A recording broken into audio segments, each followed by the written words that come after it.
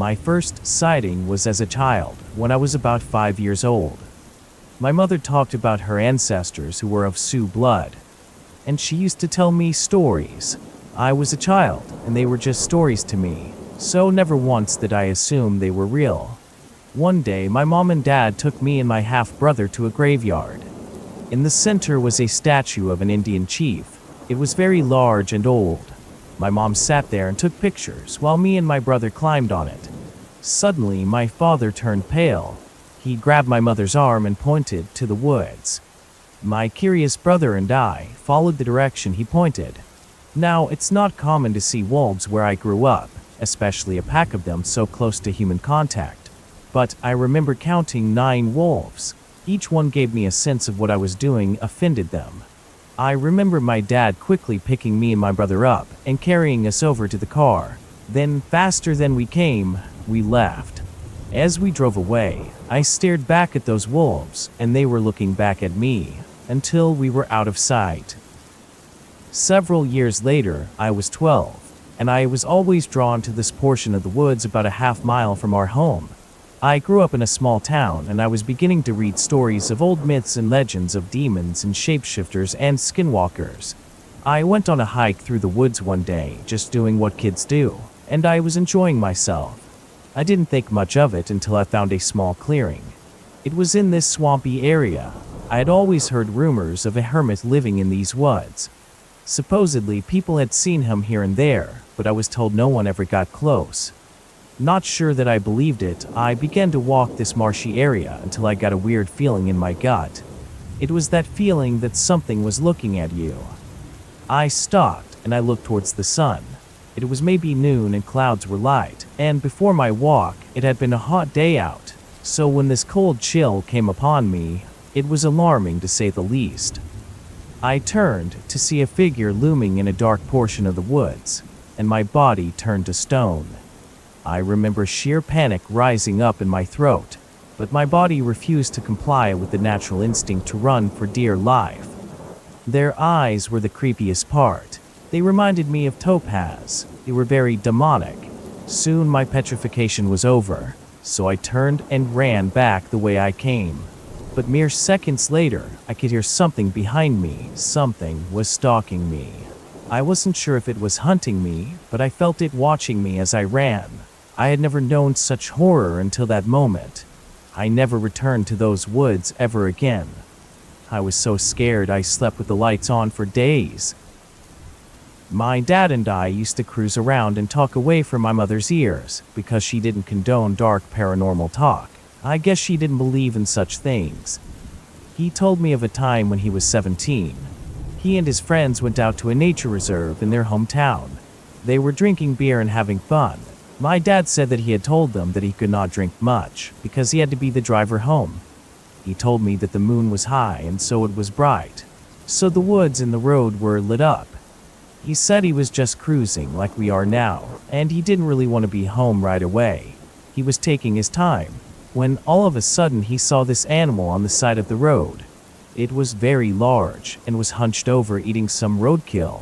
He said when he stopped the vehicle, the creature stopped moving and then suddenly snapped to meet his eyes. He said whatever it was stood to about 7 feet tall. He said it looked like a mix between a man and a wolf. He said he was so scared that he ripped it into reverse and tried his best not to panic. Then he floored it. But this creature proceeded to run after him, and somehow, even though my dad was doing about 60 on the road, the thing was still out of his passenger window, keeping up with the vehicle. He thought to himself that he was going to die, but eventually he made it back to the main road. He said he felt like he never lost it, that he could feel it there in the woods somewhere following them, and all in all, he was afraid to go home. This story really shook me, and I began to believe in the stories that I read. Later on, when I was about 18, I came into contact with something from what he told me about as a child. I was out with a friend hunting squirrels in the woods. We had about 5 squirrels and we were carrying them back to our vehicle, when suddenly we saw this blood trail. So obviously, being morbid young adults, we followed the trail. As soon as we came up to the end of the trail, Sheer terror struck my face. I looked up to this large oak tree with the torso of a large deer hanging from it. At first, I assumed that some hunter couldn't wait until he got home, so they were prepping the deer in the woods in an unorthodox fashion. Besides, there weren't any animals around that could do that, and the body was far from clean. It was messy and looked like it had almost exploded all over the place, and there were obvious claw marks in the side of its torso. I looked over at my friend, and at that point he was panicking. He was reloading his .22. Every time he spoke, he stuttered, and his face was pale white. Seeing him act like that, it began to scare me, so I started to reload my weapon as well, because the only other weapon we had besides guns was an old hatchet, and that wasn't going to do much. We were miles from town, and we had not seen anyone in the large wooded area all day. So we ran the opposite way of the bloody trail, when we heard sticks snapping behind us in a quick pace. Soon we came upon this small cave out in the woods, but in front of it lay the other half of that deer. All either of us could feel at that moment was pure fear. I tried telling my friend not to panic, but we pointed our guns at the direction we were hearing the sounds, aware that something was watching us. Like fearful idiots, we began firing in random directions, trying to kill whatever it was, not even thinking about other people's lives or our own. When there was no ammunition left, we both turned and ran. And since that day, we have vowed never to tell anyone about it, and this is the first time I've ever told another soul.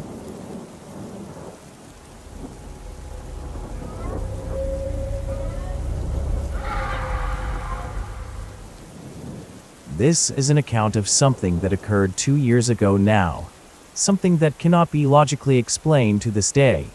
I live in northern Illinois in a nice neighborhood. There's good people and a pretty boring atmosphere. Normally, nothing weird ever happens around here, but this is a definite exception to say the least. Me and my friend, let's call her Anna, were hiking in the woods around the lake near my house. Now it's the middle of winter, mind you. The woods aren't that thick, and the lake is surrounded by city and condos. It's not remote or anything, and that fact is what makes what happened to us all the more terrifying. So Anna and I were exploring a section of the lake that's closed off from the rest, due to it being private property. It was the dead of winter, and as the sun set, we were armed only with our wits and some flashlights. We were searching for the presence of the small wolf pack or coyotes that had taken up residence here. Initially, we found nothing, but it was expected as wild animals tend to stay away from humans. It had just snowed, so if there were any tracks they would only be minutes old, and after about 10 minutes of scanning the snow, I came upon a set of canine tracks. The interesting thing about these tracks, though, was that they were absolutely massive, reaching the overall width of my splayed hand, but otherwise identical to a normal wolf. After seeing that, instead of hightailing it the hell out of there like any sane person, I decided to ignore the overwhelming feeling of dread. I called Anna over to me.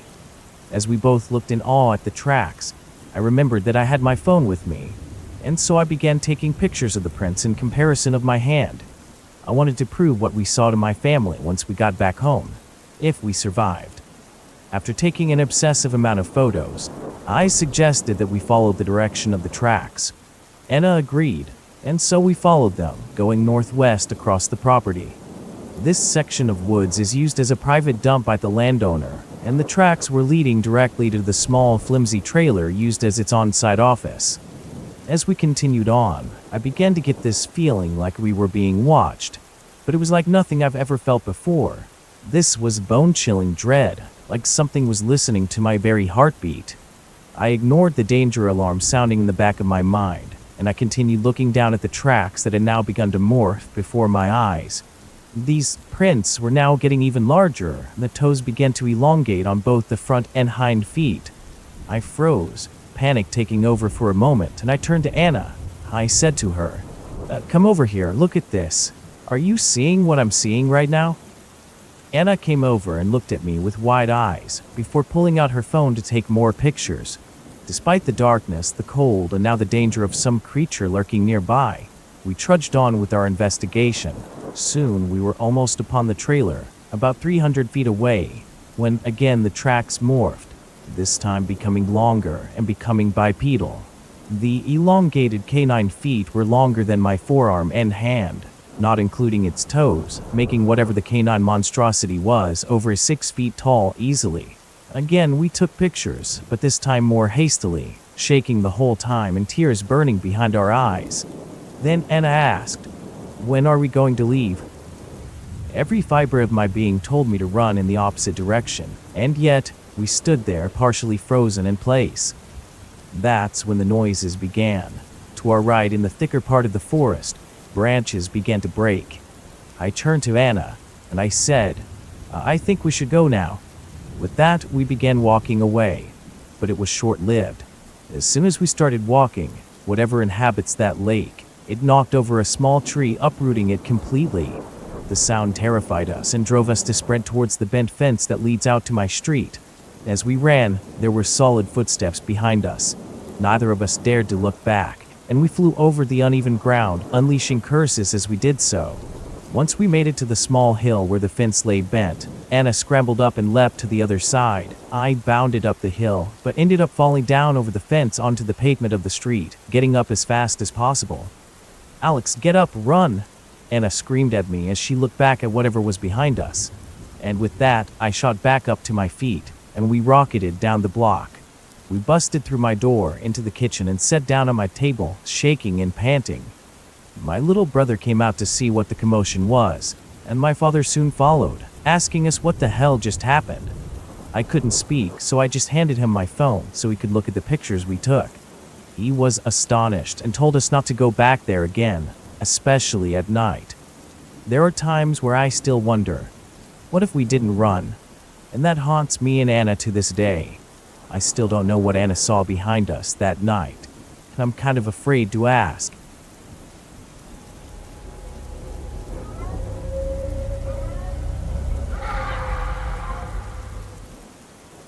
I'm Native American from the Navajo tribe, and this story took place when I was about 5 years old. I'm from Utah, and my grandma lives in New Mexico, so from time to time we would visit her and have cookouts and whatnot.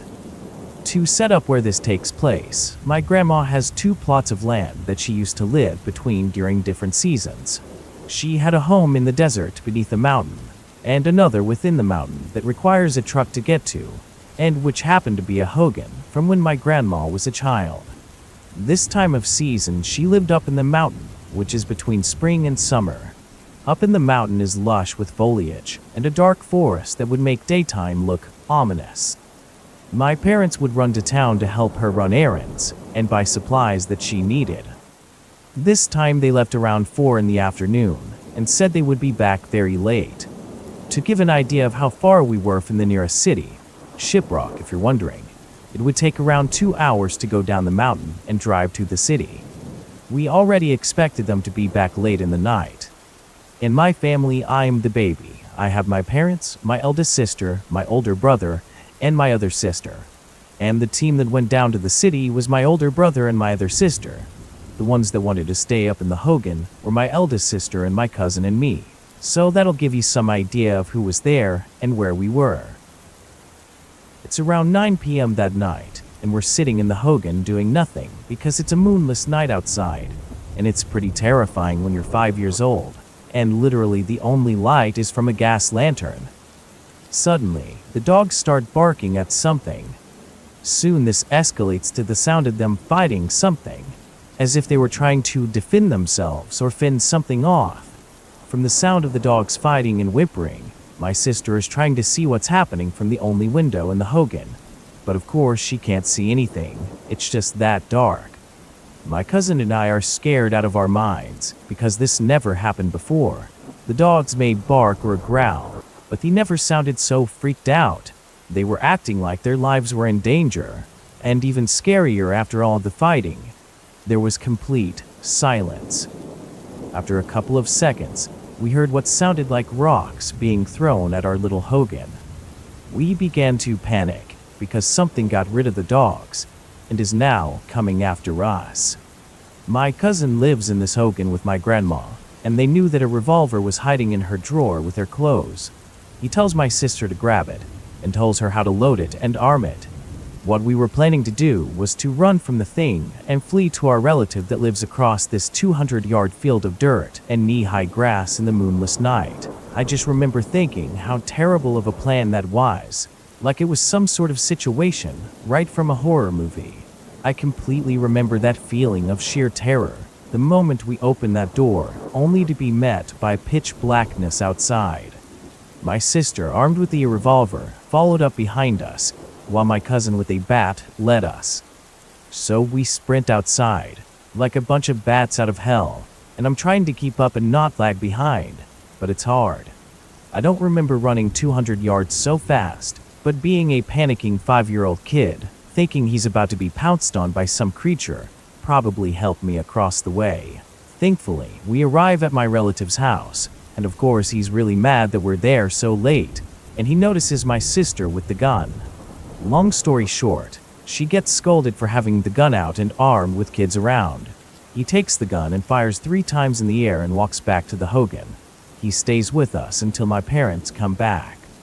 That's the most I can remember, and I know a lot of other creepy stuff happened at my grandma's, but that was by far the scariest, because who wants to run through an open field with the feeling of something chasing you? The next day when we checked on the dogs, or what was left of them, we saw a very disgusting sight. Something had killed them.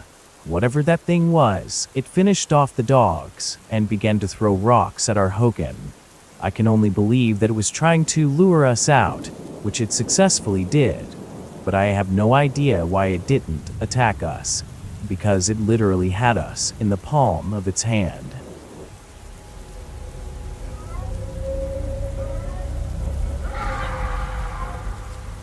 Now, before I start this, I need to make this clear. I was 11 years old at the time. That was a very plain and uninteresting guy all around. I haven't had any other experiences with creatures or the paranormal since this. And another thing, this lasted an entire week. What I'm about to tell you guys lasted from Monday all the way to the next Sunday. This happened over 8 years ago. I was in 6th grade at the time, and it was about midway through the year. We were all stressed, since the dreaded midterms were upon us and none of us were prepared. So all of our minds were completely addled from the random questions we were going to have to do. The day went by as uneventful as usual, save for teachers telling us to get ready and whatnot. School ended, and I decided that I was going to do anything that night to relax, thanks to the annoying teachers constantly pestering us about those tests. I went home and watched some TV. A few movies later, it was time to go to bed. And this is when it started. I was tucked into bed since I was a complete mama's boy, and tried to go to sleep after the door was shut. Soon after, I heard the TV downstairs turn on, telling me my mom had sat down to watch TV. I tried to go to bed, but something was off. No sooner had I heard the TV turn on, I stopped hearing it, and I stopped hearing any other sort of noise coming from downstairs. This could usually be chalked up to my mom just going to bed. However, she would always turn the lights off. I could tell she hadn't gone to bed because I could still see all the lights on from under my door. As I wondered why I could no longer hear her, or anything from downstairs for that matter, I started to feel like I couldn't breathe. Scared, I tried to get up and move, call for help, to do anything to get someone's attention. I found out I couldn't move or make any sound, regardless of how hard I tried. My mouth would open, but nothing would come out. I strained to move, but it felt like my muscles had been paralyzed. They wouldn't respond to what I wanted them to do. As I lay there trying to get someone's attention, I saw it. There, by the closet door, was that thing. It was large, not muscular, and was actually very skinny, and I could almost see its bones. But its height was what grabbed my attention right off the bat. It was probably 6 or 7 feet tall, as it was clinging onto the door and was hunching slightly so as to not hit the ceiling. It had very pale skin. However, I could not make out any details on it exactly. Not that night anyways. The last thing I noticed about it was it had no face. It was just a blank slate, devoid of any features and devoid of any kind of hint as to why it was there. I looked at this thing, feeling what I imagine as a primal instinct that is found in anything that looks into something like this. It was fear. Not the kind of fear you get when you see your parents get into a fight. Not the kind of fear you have when looking at a wild predator, really. No, this is what I would imagine. The kind of fear you feel when you know that your life is at the whim of something altogether completely, horribly wrong. This thing stayed there, on the door, for hours. It never moved, not so much as an inch. It just stayed there and did nothing, just like how I could do nothing.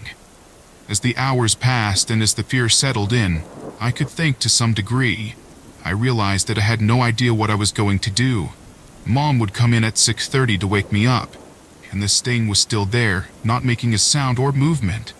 The time was drawing nearer to when she was supposed to come and wake me up, and I began to panic. I tried to move, but I was still in that paralyzed state. I tried to scream, and nothing would come out. However, I could still see under my door, and I noticed that a shadow was walking up the stairs and towards it. I still couldn't do anything. But as the door opened and I glanced over to it, I immediately looked back, and that thing on the closet was gone. It vanished without a trace. When it was gone, it felt like I had control over myself again, save for one thing, and that being a strange feeling that I shouldn't tell anyone what happened. So when my mom opened the door and saw me, asking why I looked so pale, all I could say was, it was just a bad dream. You know, the one about the werewolves in the kitchen. Seeming to understand, or at the very least thinking she did, she came over and told me it was all right, and that monsters weren't real. I really wish that was true. I even went to school like normal. I forgot about what happened the night before. School ended, I got home, and I went outside to walk around the neighborhood. I was back home before dinner. I went upstairs to go to bed, having completely forgotten or maybe having wrote it off as a bad dream, and I tried to go to sleep. That night as well, however, it came again, and this time was almost the same as the night before. I lost all of my hearing, and then I could not speak, and finally I was unable to move a muscle. Same as before. And then there was that thing again. This time it had changed positions. Now it was further down the door, its knees bent backwards. It was crossing its arms, which I could tell from its new angle had claws on the end. This thing was now looking right at me, or at least it was pointed in my direction. And once again it stood silent and unmoving. This time I did not even try to do anything. I just looked at it, and I waited for it to do something. I waited, and thankfully did not do anything again, leaving in a similar fashion as the night before. This time when I left home and got to school, I did not forget about it. The day passed, and I still could not get this thing out of my head. I couldn't think of any reason why it would be there. I hadn't seen any horror movies in the last 3 months, and school wasn't stressing me out that bad. So what the reason was to this haunting or quite possibly stalking, I don't know. I still don't have an answer to it to this day. This happened every night though, and the only things that changed each night were its position towards me and how far away it was. The third night, it had left the door and positioned itself on the floor in between.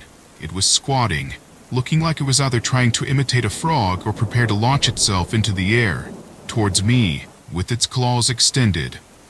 But it never did. On the fourth night, that primal fear almost went away. However, it got even closer, now peeking its head over the end of my bed, with its hand actually on it. It stayed like that all night. And the next day, I tried to see if it had left some kind of mark on the floor on my bed, but there was nothing.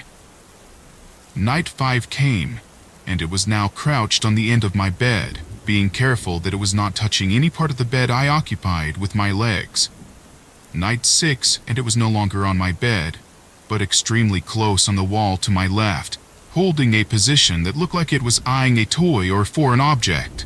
Now, before I talk about the last night, as it is the hardest and most uncomfortable part for me to write about, let me say that I had tried to block it from getting closer each day before I went to bed. I would put coats in the closet, which made it leave the door.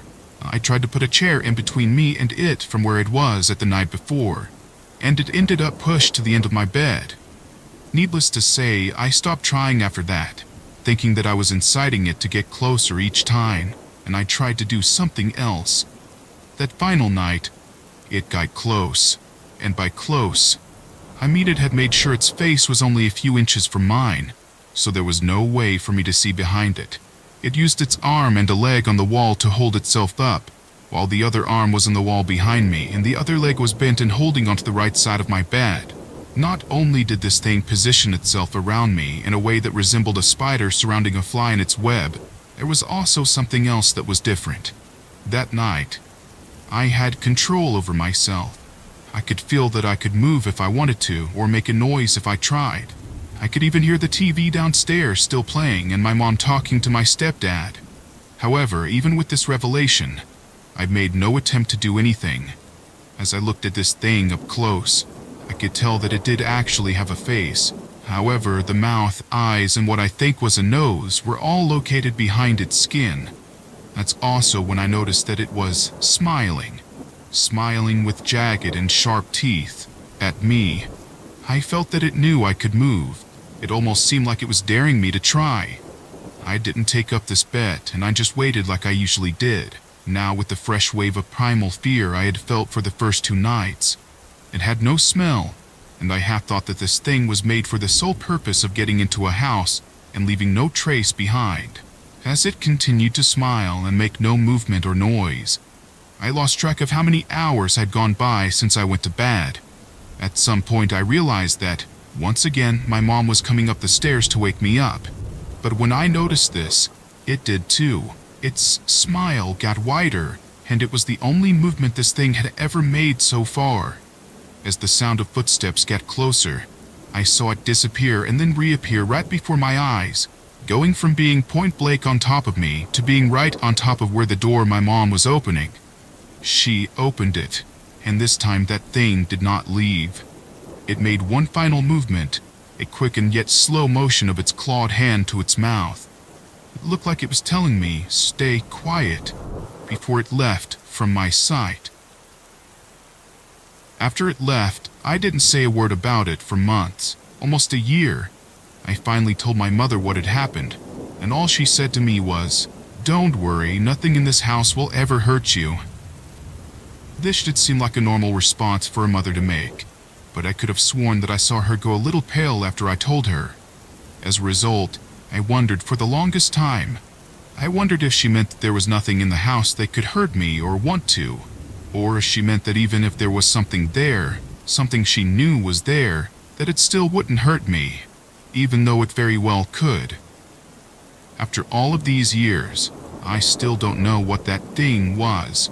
I've been told by some that it was just my mind going into overdrive because of stress, but even my mind could never create something as horrific as that.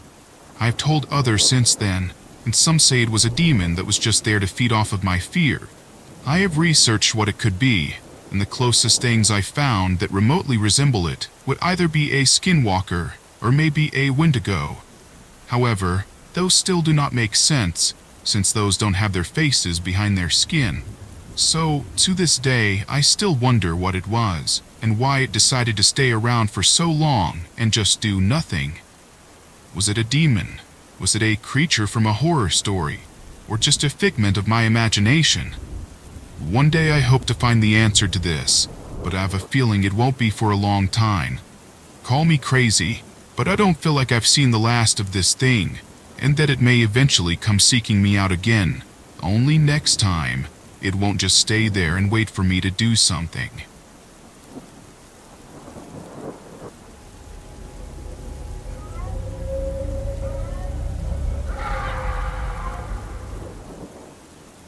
Many of you may not believe this story, and honestly I'm having a bit of a hard time believing it myself. I live in a small community in the middle of an empty desert. My biological father is a bit of a menace. He has thrown several of my cats and some strays I used to feed into the desert. Several of them have not been seen or heard from again. Now, to the story. I recently began to hear one of my cats' meows from the desert, and have taken my dog walking out there searching for her.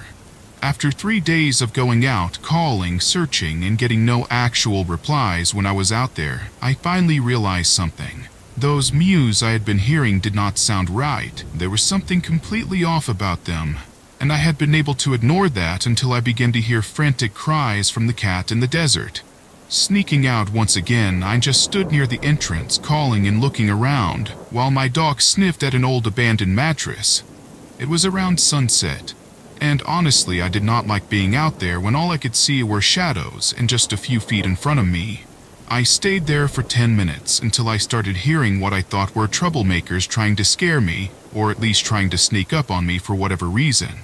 So I quickly scooped up my dog and dashed back inside the community walls, making my way back home, literally across the entrance from the desert, a hole in a brick wall. That night was filled with the mews outside my window, and they kept sounding wrong, like distorted. I was very grateful that I remembered to shut my curtains, because I did not want to see what was making those noises, because it was not my cat. 2 hours later, the meowing finally stopped, but when I looked at the window, I could see the shadow of a face pressed against it. As I looked at the face, I heard strange, distorted cries again. Suddenly, without warning, the face turned, and then the figure disappeared. Soon after that, I heard the footsteps and talking from kids outside the window. Something was mimicking voices. The next day, I decided to spend a week at my grandmother's to get away. It felt like I was losing my mind. The first few nights were pretty normal and quiet, until one early morning I was standing near my older cousin's window, and I heard those same meows again. So I woke up my cousin, and she said she could hear them too. I don't like when people can see or hear things I'm dealing with, because that makes it more real, and that was something I couldn't deny anymore. While at my grandma's, I would usually sit outside late and visit with my cousin's 2 cats until she got home from work. However, for the last few nights I was there, I did not feel safe continuing my routine and waiting outside. One night I was foolish, and I waited outside, and I could hear chirping and meowing from the golf course across from my grandma's house. The sounds did not stop until I hid behind one of the pillars on her porch and stood motionless. I've been home for 2 days now, and whatever that is stays outside my window, torturing me. I refuse to walk my dog at night unless someone is with me, and I have never returned to the desert. Every now and then I'll hear a whisper and book it back into the house. I'm praying and hoping that this is just someone's sick joke, but my grandma believes it's a skinwalker. We've even found a few footprints outside my window after it had rained, and the strangest part is, they start out animal and slowly become human. I feel like I'm slowly going insane.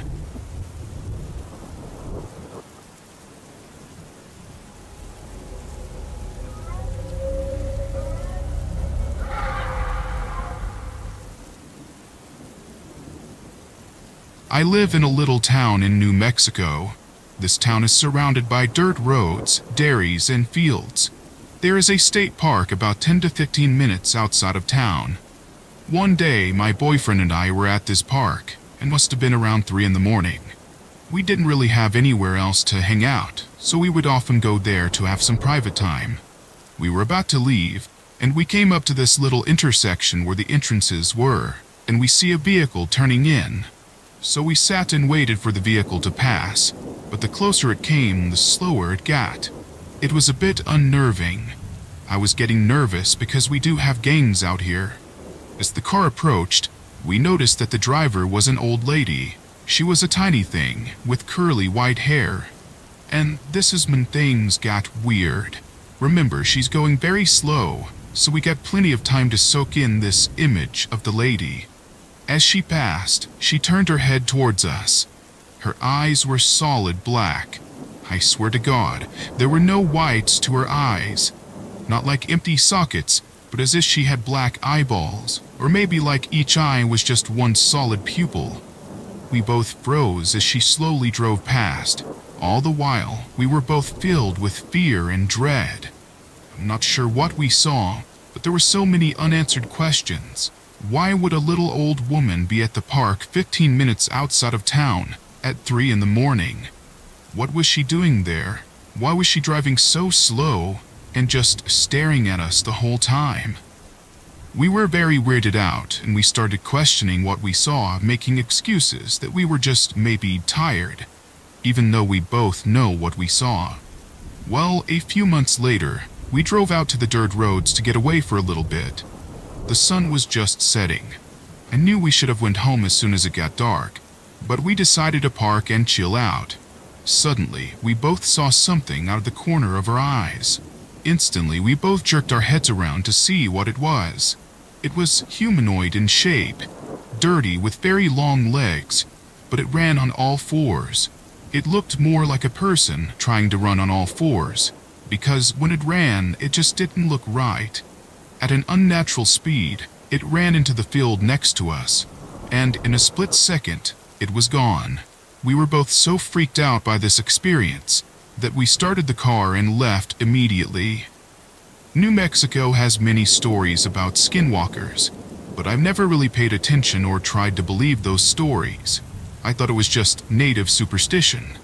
But when we mentioned these stories to a couple of friends, they all began to open up about the weird things they've seen out on those dirt roads.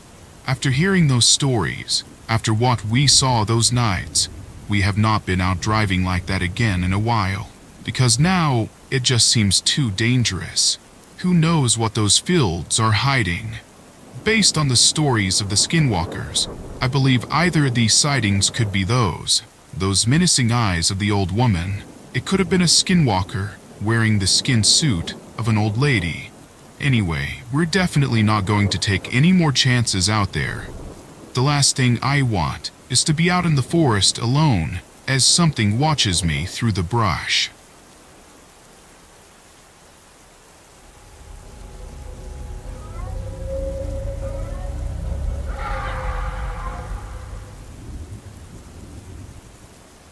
I've always had a sort of draw to the supernatural, and this story is about an encounter I had with a skinwalker. I live in southern New Jersey, very close to the Pine Barrens, home of the Jersey Devil. I'm sure you've heard of him. My backyard is pretty big. It has a large deck and a pretty big fenced-in yard. The fence backs up to a wooded area. There was always deer running around back there, owls, and even bats. On this particular night, I awoke out of a deep sleep to a tapping noise on my window. I had to have been about 8 years old at the time, and the constant presence of spirits in my room was enough for me to be too scared to investigate any sort of noise in the middle of the night. So I stayed put, just shivering under my covers, not quite sure what to do.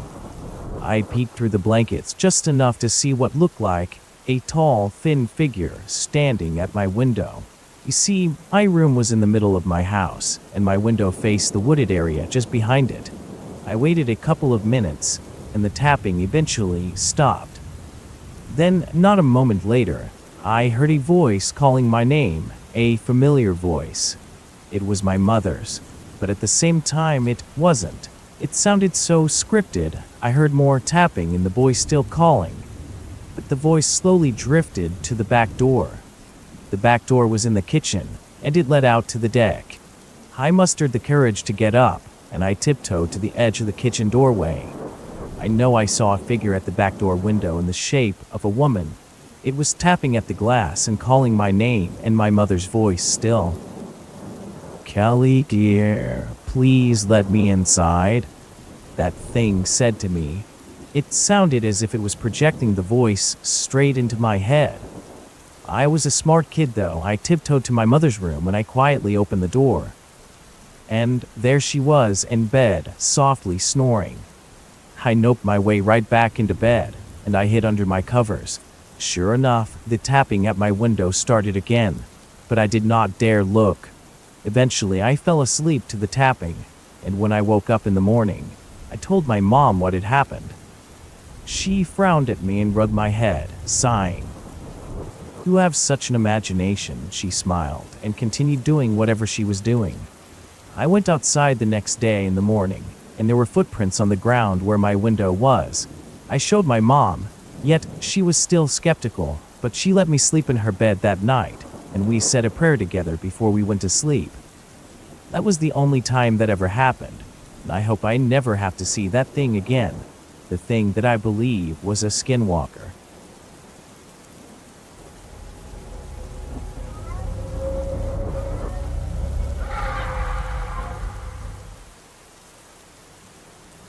I had the great honor of meeting not one but two skinwalkers at the same time. Let me go over the landscape first.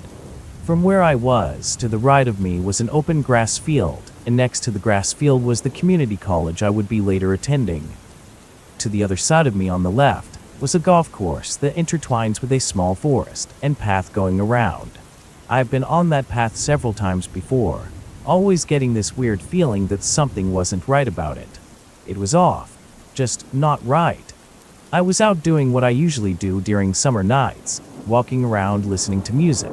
Because it was summer, the nights were nice and cool. All I needed was a t-shirt and a pair of cargo shorts, plus my favorite hat and shoes. It was about 12:30 at night when I was passing the golf course near my house. I got the feeling that something was watching me. Of course, I've gotten this feeling before, but it felt stronger this night. So I stopped, and I looked around several times to see if there was someone other than myself outside. Spotting no one, I took out my headphones to listen, hoping I could find out that way. It was then that I realized it was way too quiet. The sounds of nature were gone. No sounds of cars in the distance like there usually was. Certainly there should have been some sort of noise, but I heard absolutely nothing. It was very chilling. I stayed still for a moment, thinking. Then I remembered that I had brought my flashlight with me. Being delighted that I had brought it, I reached down to my pocket and pulled it out. If something was there, I was hoping to catch its glowing eyes in the flashlight beam. When I clicked on the flashlight beam, almost instantly, I saw these glowing eyes. I stood stock still as I stared at what was before me. I did not expect two pairs of glowing orange eyes staring right at me. I've never seen eyes like that. They were almost literally glowing orange. Not sure what to do other than stay still as possible. I just stared right back at them. It was then that I noticed how high the pair of eyes were off of the ground. They were maybe 7 feet from the ground. Holy crap, I thought. What kind of animal stands that tall around here? I noticed that they never blinked even once. It was extremely creepy, and I kept hoping that it was some sort of trick of the eyes. I stood there for what felt like 10 minutes, staring back at these creepy eyes. I was trying to think of what I could do. I did not want to get any closer than what I was, and I didn't want to risk getting attacked by whatever this thing was. If I kept going along the path, I'd be going right past it. Running might have been my only option. With that on my mind, I slowly started to turn my back so it was facing the field, my flashlight still on the glowing eyes. I was very cautious, very slow. I took baby steps, one at a time. When I thought I got far enough away from that thing, I decided to walk a bit faster. I wanted to get a good head start ahead of this thing before it ever decided to give chase. Before I turned off my flashlight and put it back in my pocket, I remembered that my music was still going. I looked down for a second, and I saw that my earbuds were hanging out of my shirt, and I've always hated them like that while running. So I decided to put them back in to listen to music, whatever would take my mind off of things. As soon as they were back in my ears and my flashlight was back in my pocket, I made a mad dash for home. I was going so fast that my hat almost flew off. So I quickly turned the hat around so it didn't fall, and I continued to sprint. I just kept telling myself to ignore it, to run faster and faster, and then I did the one thing you don't want to do. I looked behind me. I'm curious by default, so of course I looked behind me to see if whatever it was had given chase. And what do you know? It did. But it confused me. From the short glimpse I got of it, it looked to be a really large coyote, borderline wolf size. The sight of it made my adrenaline rush, and I pumped my legs to go even faster.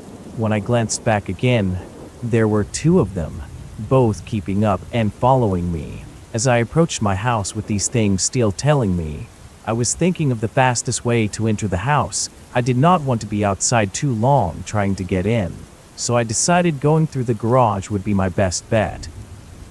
Again, I looked behind me, and I didn't see anything, but I was not about to relax.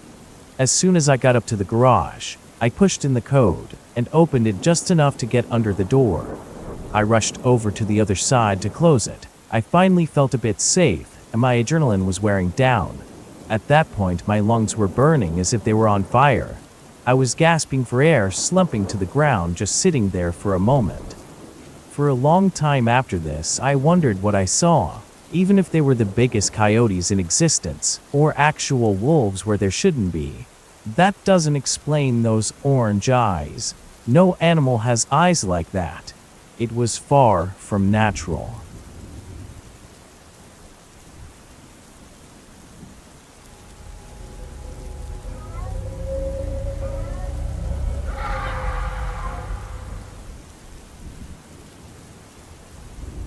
When I was a child, I remember playing hide and seek with my friends, who I still talk to this day. But it was back then that we stopped playing hide and seek, because something happened. My house was backed by a forest of pine trees, so there wasn't a whole lot of brush, and you could see about a mile in. Keep in mind we were about 3 miles away from any other houses, so it was often very quiet. As well as being very creepy at night, it also seemed very eerie during the day. I always got chills when I was out there. Yet that didn't stop us from camping, hunting, and just playing in the woods. So one summer evening, myself, my mom, dad, and friends, Jeff and Lily, had gone out to camp. What was special about this time was the fact that we went deeper than we've ever been into these woods. After hiking out, we set up camp, and by then it was already getting dark. We whined to my parents to let us play for almost 10 minutes until they said fine. So it was about 8, and it was dark out. We got some flashlights and we began our games. Of course, like always, I counted first. I began counting, all the while hearing giggles and running feet behind me. After 30 seconds, I turned and I listened. Now, keep in mind, it was summer. You should hear birds, frogs, and crickets. But at the time, I heard nothing. Not wanting to seem like a wuss, I sucked it up and started seeking. After a minute or so, I heard movement, and I instantly saw something that would scar me for the rest of my life. I saw a tall, pale creature, about 8 feet tall, and it was still hunched over. Its limbs were thin and elongated, with long, bony fingernails. Its hair was white and thin. The moment I saw it, I screamed so loud. It turned to me, and this thing, it actually spoke. It said to me, "Hush, child. I don't want to hurt you." Now, being a 12-year-old, I had some sense that I knew this thing was going to kill me. I tried to move, but I was completely petrified, so afraid that I could barely breathe. While stuck in a staring contest with this yellow-eyed creature, I tried to remember my way back.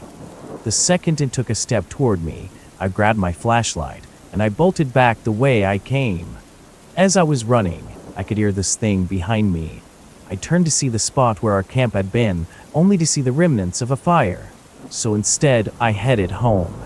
When I was a few feet away from my yard, I hit a root and fell flat on my face. And I thought, honestly, that I was dead. But as I fell, my dad came out with a shotgun and screamed every possible swear out into the woods. Now, this whole time, I didn't hear footsteps behind me. I just ran.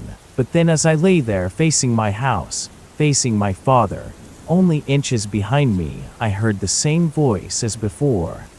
"I'll be seeing you soon." I nearly fainted right there when I realized how close it had come to me. The voice was only a few inches behind me. As soon as I could get myself back up, I ran inside, running into my mother's arms and crying. Apparently, my family had seen this creature in the forest before me. They were unable to find me, and having to care for the other children, they had to get home fast. They had left me. A week later, we moved closer to the city, and we ditched all of our outdoor gear. I remember something a week later. We set up a trail cam, but no one dared to go out there. Ever since that night, I've been wondering what we saw. And to my understanding from my research, I think we may have seen a skinwalker. Mostly, I'm just glad to be alive, and I will never be going out there to see that thing again.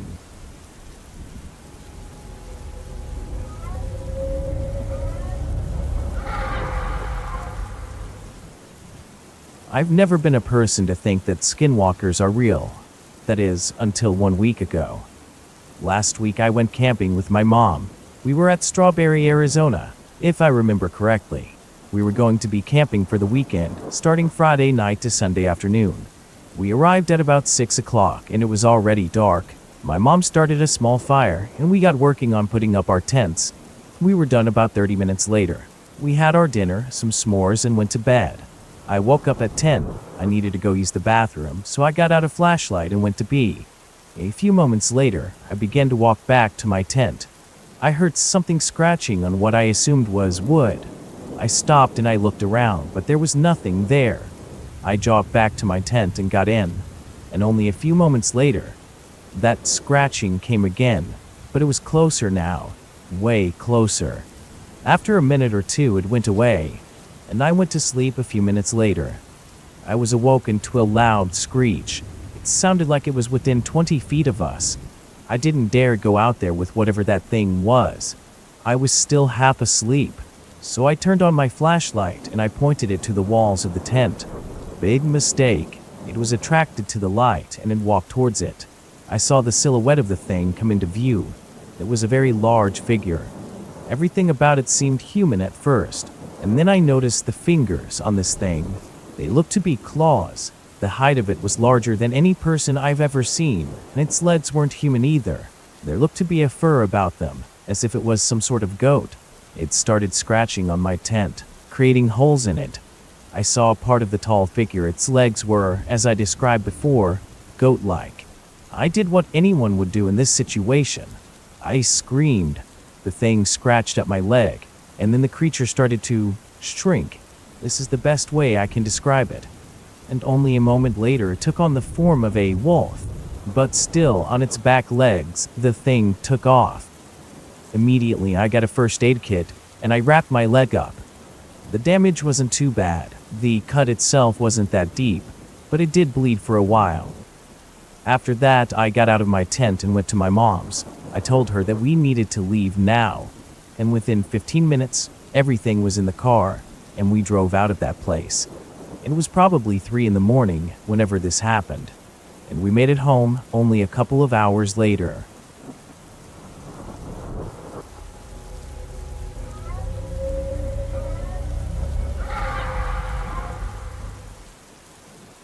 What I'm about to tell you happened 2 weeks ago.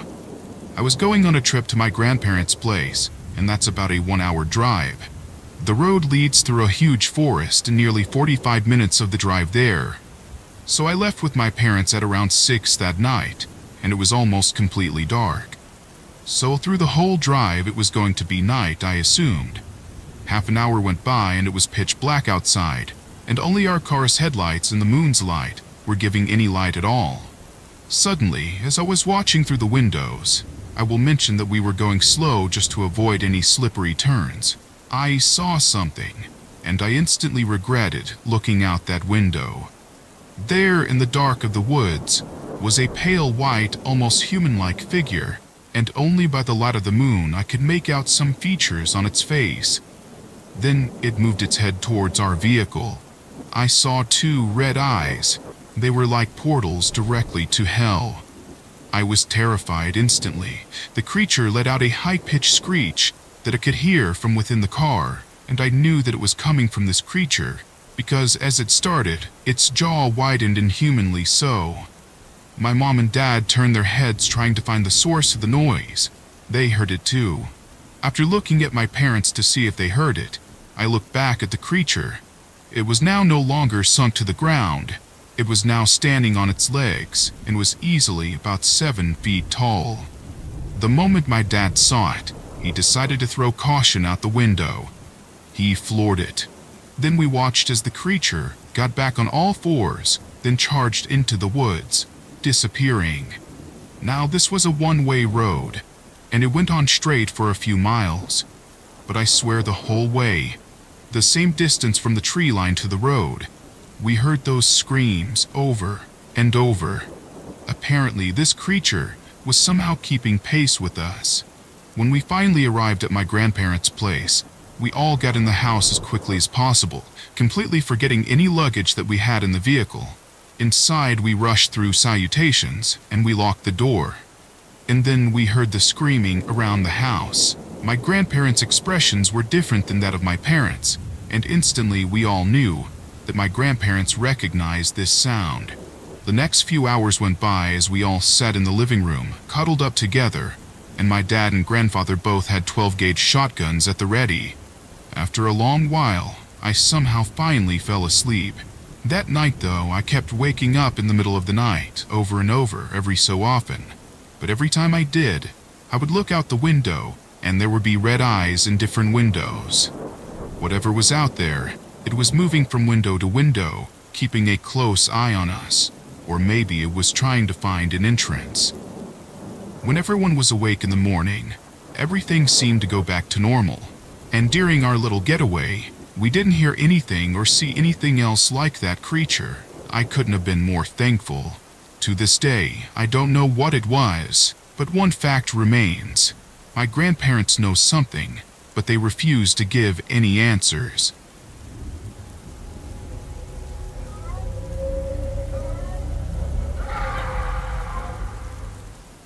This all happened one day when I went to spend the day with one of my friends. We'll call him David.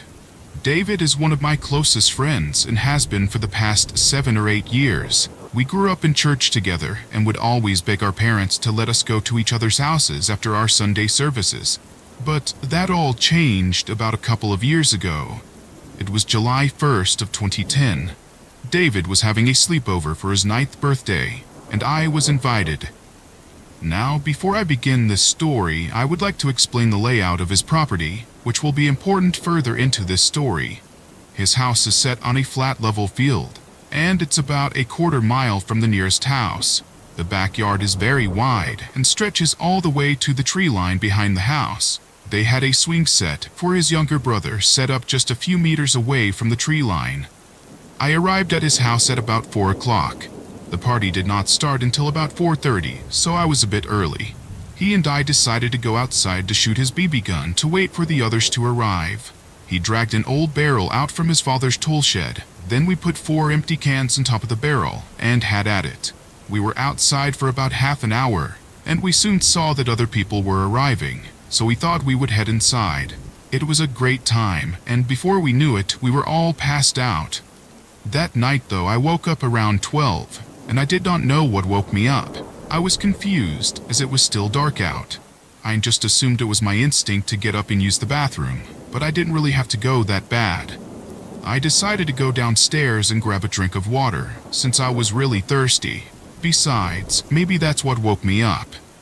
I got a glass of water and began to head back upstairs, when I noticed the slightest movement outside of the kitchen window. I brushed it off, though. I assumed it was a cat or something, maybe an animal of the night, and I continued to head back upstairs. When I got back upstairs, I opened the bedroom door, and immediately I noticed that David was standing right in front of his bedroom window. I asked him, "Is everything all right?" But there was no response. I was a bit weirded out by this, so I slowly walked backwards and shut the door. I turned my head to the right and down the hallway, and I noticed the bathroom light was on.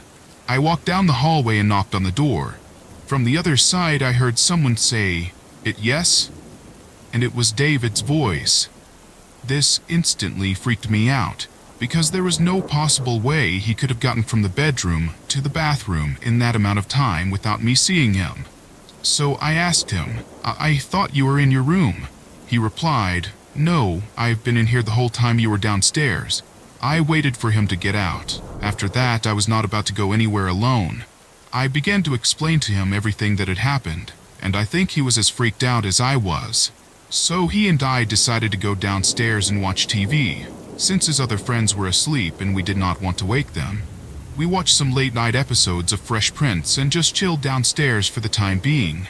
I was just about to fall asleep again when I heard a thud coming from the window directly behind me facing the backyard.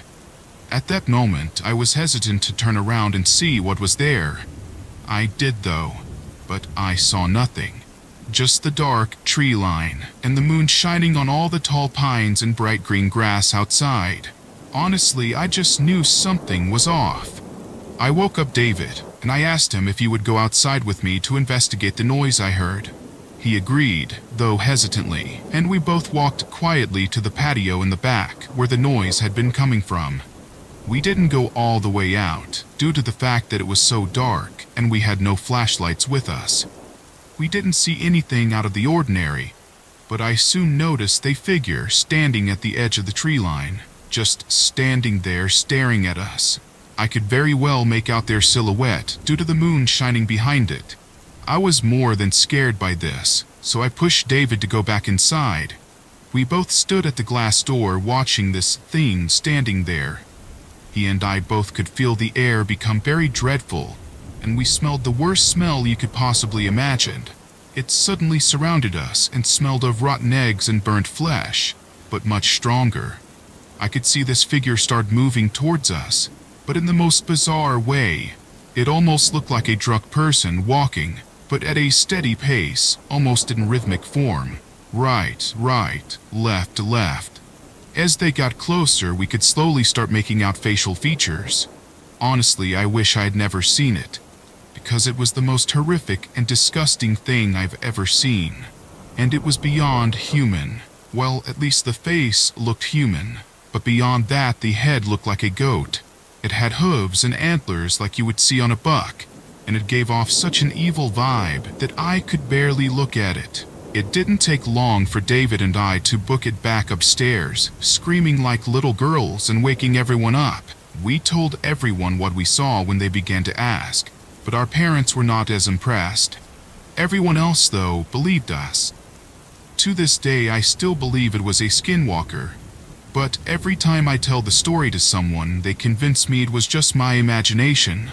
But I know for a fact that it wasn't, and I know what me and David saw that night was real. To this day, when I ask David about it, he gets this cold sweat and becomes extremely nervous, exactly like I do, every time I think back on that moment.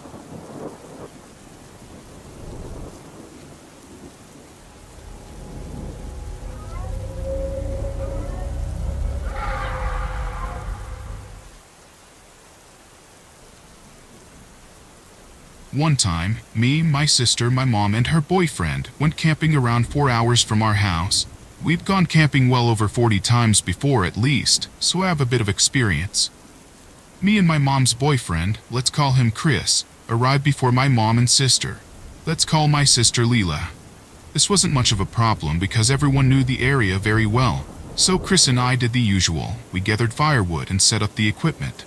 I was pretty big for my age, and it took a lot for me to get cold, so people knew if I complained about it being cold, everyone else was already freezing. I am an avid hunter, and I'm very protective of my friends and family. So around 10 o'clock at night, when I was just about to go to sleep, my mom, Leela, and my 3 dogs arrived at the campsite. My mom asked me to help unload some stuff, and once we did, not too long after, we went to sleep. Me and my dog Lucy woke up at the same time, somewhere around 3 in the morning. Believe me when I say it was freezing cold. But not a few seconds after waking up, I heard a distorted voice of my mom saying, "Come help me." I was extremely tired, and I didn't want to. I knew I'd get in trouble if I didn't, though. This was a big mistake. I put my shoes on and I looked up to the cars, expecting to see my mom, and even though my vision was a bit blurry still, I saw something black and hairy hunched over on top of my car. I thought it was a bear, and in fear I pulled out the knife in my sheath. I was about to start yelling at the thing to ward it off, when it started laughing at me. I froze. My dog began to growl and the creature stood up, and it mimicked Lucy's growl. She whimpered. Then this creature jumped from the car to 7 feet in front of me and let out a shriek so loud that my head hurt. I could hear everyone else waking up in their tents. Chris came out seconds later with his loaded gun. This thing looked at him. Half asleep as well, Chris shot at the thing, and before I knew it, it had run off back into the woods. We ended up calling for help. This thing had scared the hell out of all of us. Even if it was just a bear, this thing was really close and threatened us, basically. When the Fish and Wildlife Services got there, they took whatever samples they could find. We never really got an answer. But being Native American, I've always heard stories, so the word skinwalker quickly came to mind on our way home.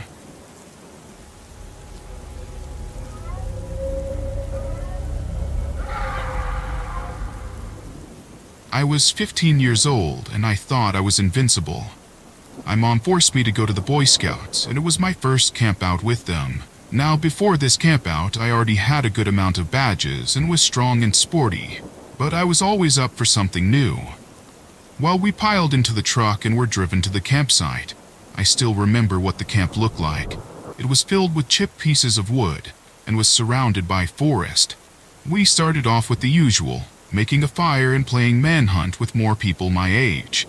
As the sun began to set and our scoutmasters, let's call them Benjamin and Thomas, told us older kids to go into the forest and find some food, such as rabbits or birds to eat.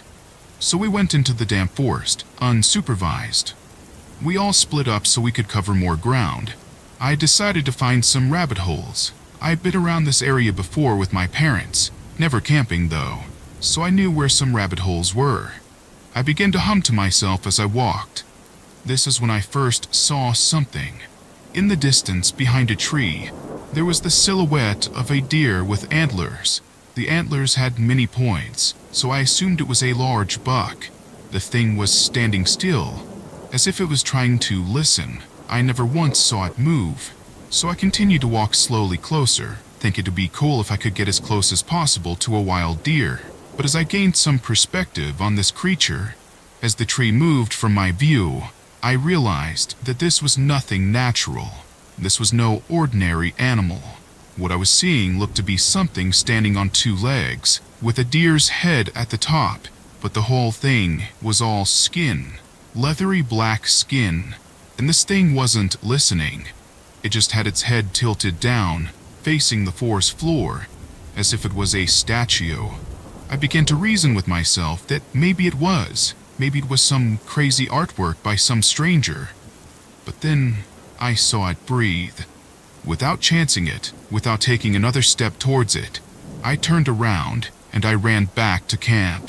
I was so afraid that I was staggering and tripping the whole way. When I got back, I was too afraid to tell anyone. I just wanted to go home. I didn't know if anyone would believe me, but I know what I saw.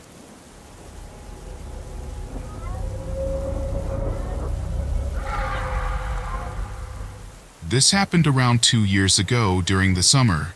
I had stayed with my uncle due to family reasons. He was very into our heritage, as he was a Native American and all. We had stayed near a reservation. I think it was about 3 miles away from his house. He lived in North Carolina, where he owned a bit of land. The natives had been hosting a sort of festival. It was to spread their beliefs about the conservation of the forest used as farmlands. One day I asked him about it, thinking it would be a fun way to bond with each other. And we went. Though the whole time I was there, I felt like I was being watched. Even up to a week after the festival, I could not shake the feeling of being watched, no matter what I did. Late one night, we were out driving in my uncle's old Ford truck. We were on a back road next to the reservation, and of course there were no streetlights. We were on the edge of a big forest. Soon we saw what looked like a deer in the road. It jumped out of the way quickly, so we never saw exactly what it was. Oddly enough, though, my uncle, with a very worried look on his face, stopped the truck. He stared off into the woods, trying to get a good look at whatever it was. A minute or so later, something heavy landed in the bed of our truck, and it weighed the car down and shook it. My first reaction, as anyone would do, was to turn my head and see what was back there. But my uncle wouldn't let me. He pushed my head down so that I would not be able to look up, and then he sped off. My head faced the floor of the vehicle, but I could hear the noises in the bed of the truck move to the roof, and I could hear scratching and screeching noises. It was easily the most chilling sound I've ever heard. Eventually, after about 10 minutes, whatever it was jumped out of the bed. I could tell, because when the weight was lifted, the truck bounced back up, and the truck drove a bit easier. Whatever was back there must have been really heavy.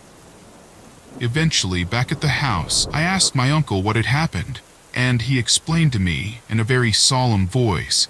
that it was indeed a skinwalker. He had forced my head down because looking into their eyes meant certain death.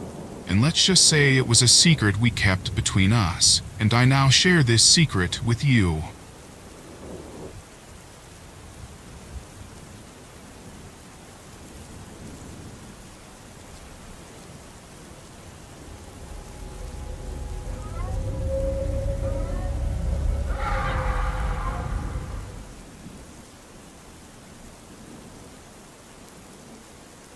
My friends and I love paranormal stuff, and we love being scared. We practically study this stuff. So by now we know about Wendigos, skinwalkers, and many other demons. But until this one night, we never really knew what being scared meant. That night was about 3 weeks ago, when me and my friends decided to go into the forest in my backyard. There were 3 of us, me, T, and Josh.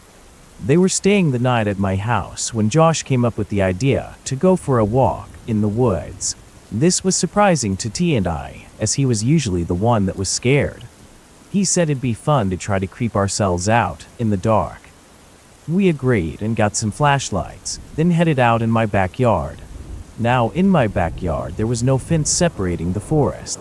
The forest was huge, and I still haven't seen the end of it from my usual walks, and that's even during the daytime. We all walked close together for about 5 minutes, when things started to happen. All of our flashlights began blinking and then just shut off. This couldn't have just been the batteries, because it happened at the same time. What the heck? We heard Josh say. Then he just took off back to the house. Oh my God, Josh, I said under my breath. Suddenly, a twig snapped behind us. I turned toward it, trying to turn my flashlight on again, but nothing happened. T stepped closer to me, as we both stared into the dark forest in silence. I wanted to run, but something held me back, maybe a morbid curiosity. It took a moment for my eyes to adjust to the darkness, but soon I could see what made that twig snap. It was a tall creature with a hunched back. The ribs of this beast were showing, with flesh hanging from it. The head was of a deer skull, and instantly I knew what this might be. Perhaps a skinwalker or Wendigo. It was like seeing something straight from your nightmares, something so unreal that you deny that you're seeing it. But it was there, so vivid. I'll never forget the sight of it. Honestly, things like Wendigos and skinwalkers and creatures like that, they were just stories before. But now the story came to life before me, and I was scared for my life. I nearly screamed at the sight of it, but I tried to hold it in, trying not to make eye contact with it. I whispered to T, "You need to run as soon as I do." I was far from sure of myself, but I thought maybe we could run fast enough to get back to my house before it got to us. So I bolted. T took off right toward the house, but my plan was to cut off in a different direction before I headed home. That way at least one of us could make it. Not too long after that, though, I began to hear footsteps behind me, and my heart began to race. As those footsteps caught up to me, I turned to face my fate. But there was Josh with a different flashlight. I'd never been more thankful to see him. "Holy crap, dude, are you okay?" he asked me. "Man, we saw something." The look on his face said he didn't completely believe me, but he replied to me, "I just came back to look for you guys to make sure you're okay." Still completely terrified, I looked back deeper into the forest behind me, when an ear-piercing screech broke through the air. I wanted to just be home. I've never heard anything like this before, and it sent chills down my body. Josh and I ran as fast as we could towards T in the house, but whenever we looked behind us, we heard footsteps coming from something else. We just kept running as fast as we could, with something trailing close behind us, when suddenly my head caught an overhanging branch, and it knocked me to the ground. Josh mustn't have seen, because he just kept running. I lay there on the forest floor, scared, tired, and now in pain. I was too afraid to look behind me. I just knew that I would see that thing standing over me, waiting to kill me. Thankfully, the next thing I saw was T running through the bush, back towards me. He actually came back for me. Before I could be filled with hope, though, T stopped in his tracks before he could reach me. He knelt down, and he didn't once take his eyes off of something behind me.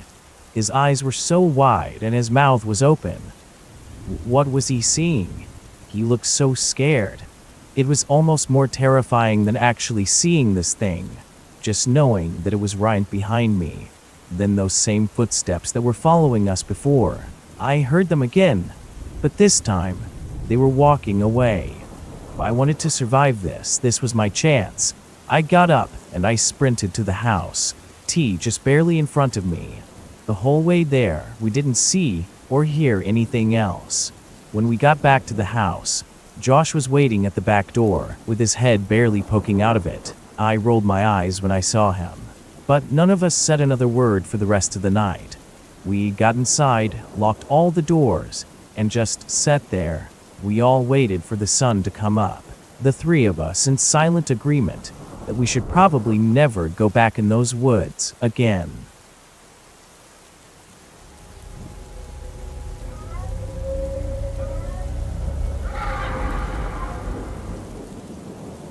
I live in Utah, and it's one of the most overlooked states, but that doesn't mean it hasn't had its fair share of monster sightings and paranormal experiences.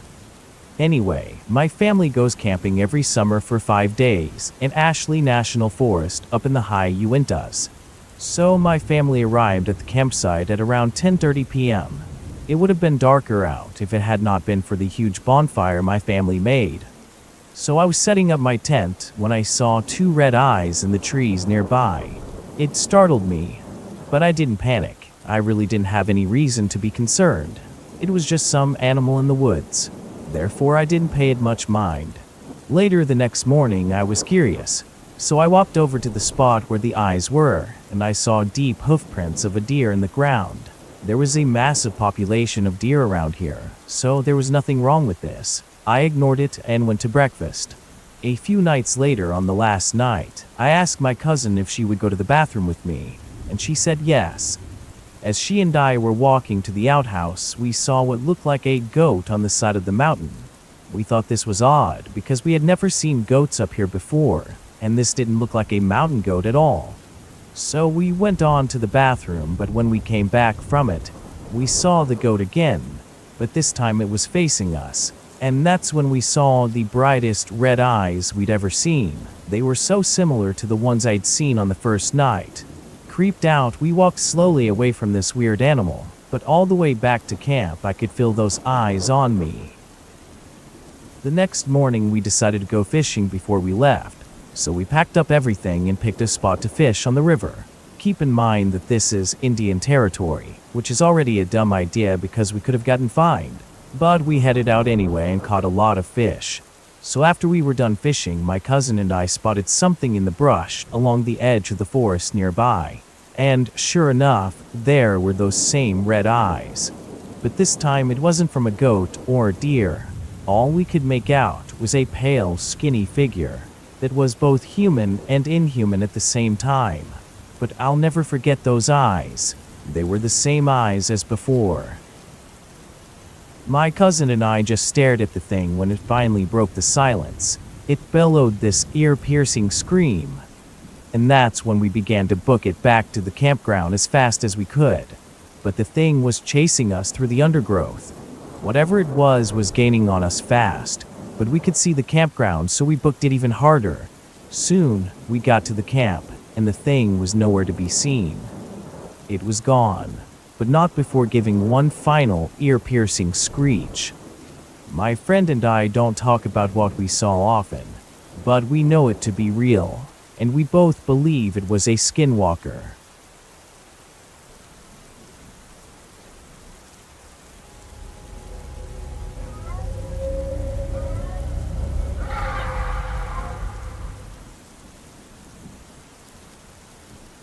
My family and I were going to a family reunion on my uncle's ranch or farm.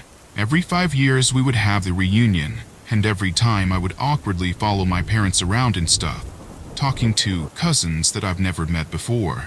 Anyway, some of the grown-ups decided it was a good idea to stay and spend the night, drinking. My parents decided to stay too, and I don't know what possessed them to put me in charge of the toddlers and teenagers, but those kids were like half my age, and 2 of them were older than me. I wasn't really up to it. Somehow we ended up sleeping outside in tents that were in a row, overlooking the thick bushes and trees outside. It was about 1 in the morning when all of us finally went to sleep, because last I checked all the phone lights were off. I woke up listening to eerie howls of pain coming from behind one of the tents.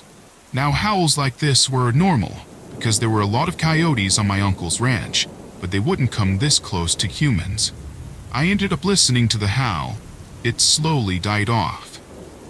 I woke up again later, listening to the sound of odd ripping noises to the left.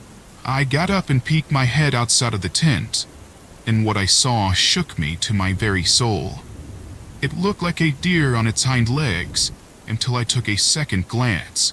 There, looming over a tent only a few feet away from me, was a tall and gray creature with dangling arms and horns on its head. It was just peering into a hole it made on the top of a tent. I wanted to scream and do something, but I was paralyzed with fear as this thing put half its head into the tent hole. I never realized that my cousin was up and looking at this thing until she threw a small pebble at it. I pushed her back inside and closed the tent we were huddled in. We sat there listening and waiting for it to do something. We could hear it out there snipping the tent, and we could still see its tall shadow. It was just circling the tent for a while, until we heard another howl off in the distance. Finally, this weird creature scattered away like it never happened. We stayed up until dawn, and I was too tired and scared to go tell our parents what happened. The last thing I was about to do was exit that tent. In the morning, some tents were ripped, and there was what appeared to be drool on some of the tents. I never got around to telling my parents what I experienced. I don't know why I still haven't. I really haven't bothered to share this story with many people. Maybe I'm still scared, deep down.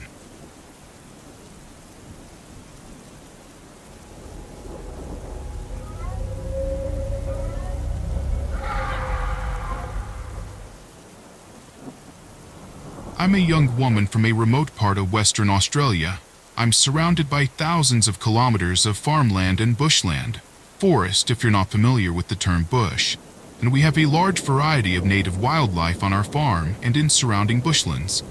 Anyway, on to the story. Every day after work, I walk my 2 border collies through a selected bush track, which is roughly 10 kilometers long as a way to unwind from my crappy job. I've seen some very creepy things in there before, such as dead kittens and livestock, which have been dumped by farmers and thrown across logs in a creepy fashion, but that's nothing compared to what I saw on this day. It is important to note that since we are so rural here, there's a severe lack of people, but sometimes I still pass a camper or 2, and sometimes even someone growing drugs out in the remote bush. So, as I was walking my dogs late last year in the middle of summer, I was surprised when my 2 dogs stopped and began to growl. I could see the hair on the back of their necks began to stand up. I thought that it may have just been a kangaroo or a feral pig, as my younger dog gets quite worked up when they're around.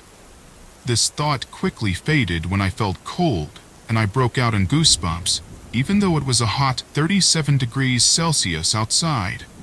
A couple of seconds after the temperature dropped, I rounded the corner, and there was a little girl standing in the middle of the bush trail, and suddenly seeing someone there scared me. The little girl was looking in the opposite direction with her back to me and looked around 7 years old by her height. She had dirty blonde medium-length hair, a plain red shirt, and black shorts. As I was about to laugh to myself about letting this little girl scare me, who was probably just camping with her parents, the girl turned, and she looked at me. This was no girl. Her eyes were solid black. Not black as in contact black, but a hollow, lifeless black. This thing opened its mouth and let out an ear-splitting howl. It turned and ran back on all 4s into the bush. Needless to say, I hightailed it out of there, dragging my poor, cowering, frightened farm dogs, and ran for about 6 kilometers. I was completely filled with fear and covered in goosebumps, and I felt adrenaline rush inside me. My lungs were burning and my legs ached and my head spun. After about another 2 kilometers, I finally got home. I ran inside and locked the dogs and myself in my bedroom. I was too scared to come out to even eat dinner. After that, I did not walk through that bush for a month. But since walking again, I have not experienced anything out of the ordinary. I've been walking this bush since I was 10 years old, and I've never experienced anything like this before. I'm sharing this with you, trying to figure out what I saw. Judging by the feral look in her eyes and the way she scurried away, perhaps it was an Australian skinwalker, a native aboriginal spirit, disguised as a little girl. Or maybe, if I'm lucky, it was just some really effed up prank played by some campers. Either way, I'll never walk through the bush the same way again.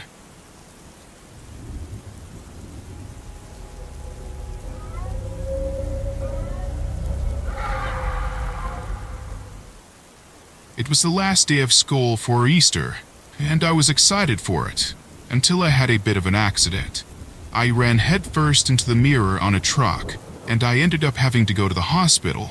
I spent a whole day and the next morning there, but I was soon feeling a bit better. So the night before Easter, my cousin and I were walking to the nearest gas station to buy a few snacks and some junk food. I noticed on my right was a small patch of woods. My cousin then spoke up and said, "Dude, we should go in there." I just looked at him like he was a madman. But I agreed to go. Maybe it was just peer pressure. Boy, was that a bad idea. For one, my injury was making my head hurt. And then, when we walked about 50 yards in, I began to hear something that sounded like something eating or thrashing at meat. I told this to my friend, and he told me to remain calm, that it was probably a bobcat or a coyote. I told him in this part of Michigan there's rarely anything like that. Then he said maybe it's a wolverine or something. But then again, this far north, I thought to myself, that's not likely. We ventured on though, trying to ignore the sound.